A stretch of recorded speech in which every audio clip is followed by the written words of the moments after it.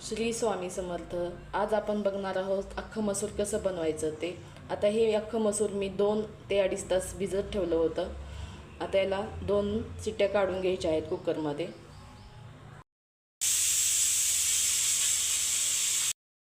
आता इथं अख्खं मसूर बनवण्यासाठी लागणारे साहित्य बघू. टोमॅटो, कांदा, लसूण, घरकुल मसाला, तेजपत्ता, एक दालचिनीचा तुकडा, एक विलायचीचा तुकडा, कढीपत्ता, लाल सुकी मिरची, मोहरी, जिरं, हळदी पावडर, लाल तिखट आणि चवीनुसार मीठ.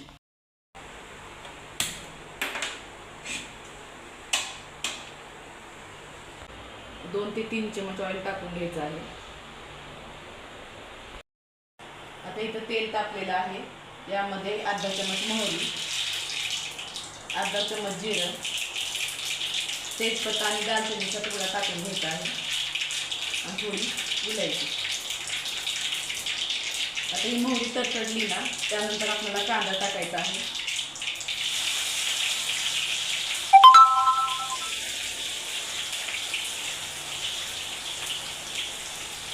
लसूण,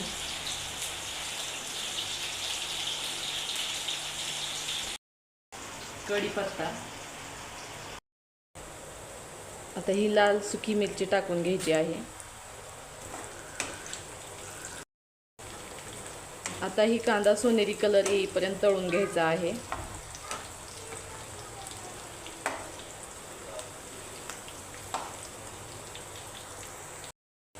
आता यामध्ये टोमॅटो टाकून घेऊ.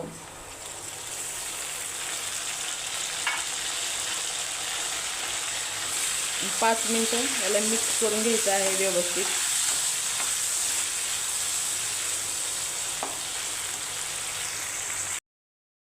एक चम्मच मीठ, एक चम्मच मिरची पावडर आणि अर्धा चम्मच हळद आणि हा घरकुल मसाला. आता हे मसाले 2 मिनिटं मिक्स करून घ्यायचे आहेत व्यवस्थित.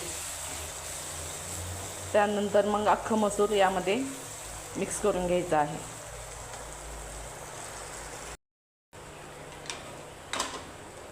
आता हे अख्खं मसूर असं यामध्ये मिक्स करायचं आहे. आता हे व्यवस्थित अख्खं मसूर मिक्स करून घ्यायचं आहे मसाल्यामध्ये आणि यामध्ये अर्धा ग्लास गरम पाणी टाकायचं आहे.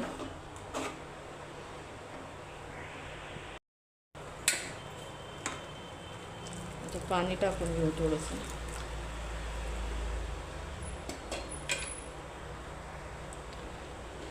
आणि 5 मिनिटं फक्त शिजवून घ्यायचं आहे याला.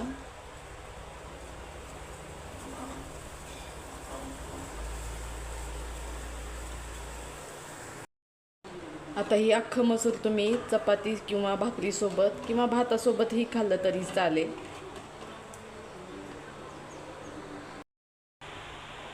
हे अख्खं मसूर तयार झालेलं आहे.